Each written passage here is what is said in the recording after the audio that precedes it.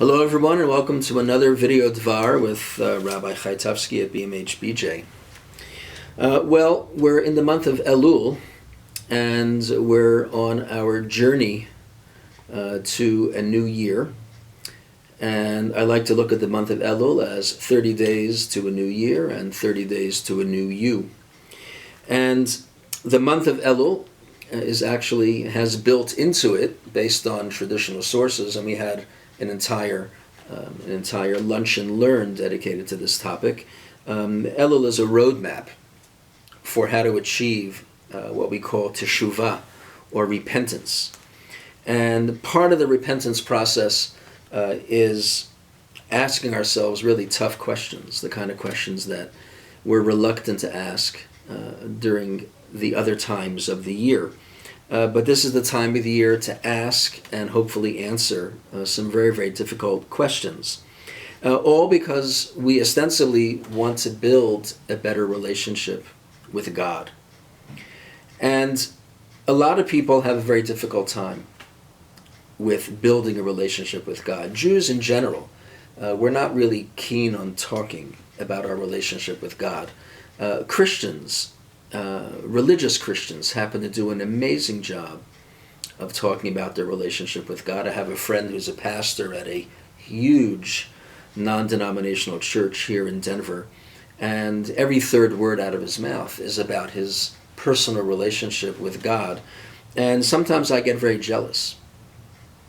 And I wish that more of us would be willing to talk about their personal relationship with God. And if there's ever a time of the year that we should be doing that, it's this time now, this month of Elul, these 30 days before Rosh Hashanah. And our tradition has a very interesting line about our relationship with God. We're told, Hakol bidei shamayim, chutz meyirat shamayim.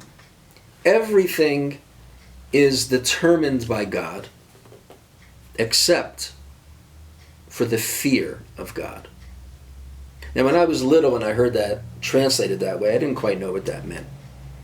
But now that I talk about relationship with God, I think a way to understand that statement is everything is determined by God. However you want to understand that. Everything is ordained, preordained, ordered, determined by God, except for one thing: the quality of our relationship with God. How far I am going to let God in. That's yirat shamayim. That's the fear of heaven. That's the relationship that I have with God. And God does not determine that. I determine that. And it's very interesting that in this week's Torah portion, the Torah portion of Shoftim, where most people focus attention on the very beginning of the Torah portion, Shoftim v'shotrim tzitein b'cho sha'arecha.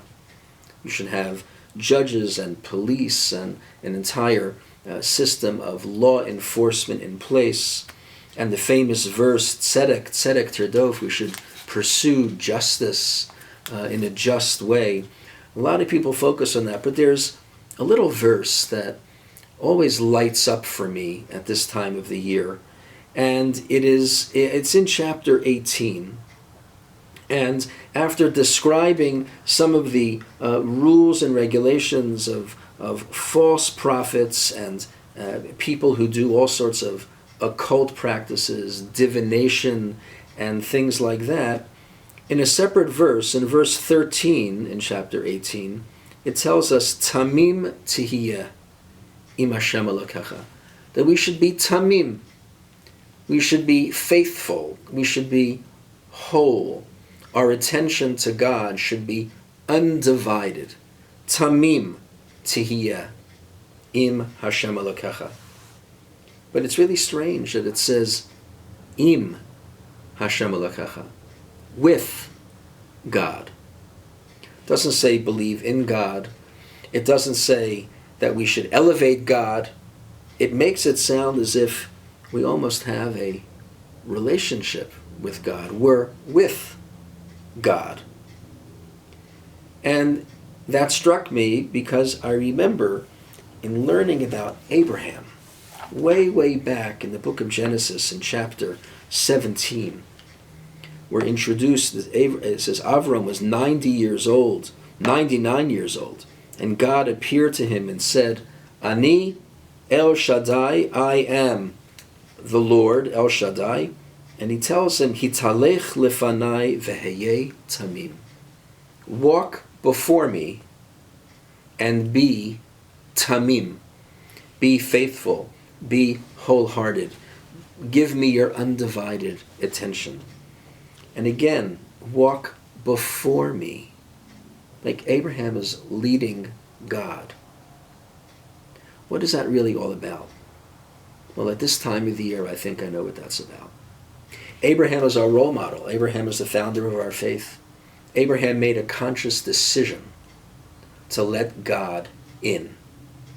And God, for posterity, wanted Abraham to demonstrate that. So he said to him, walk before me and let people see how tamim you and I are, how wrapped up with each other you and I really are.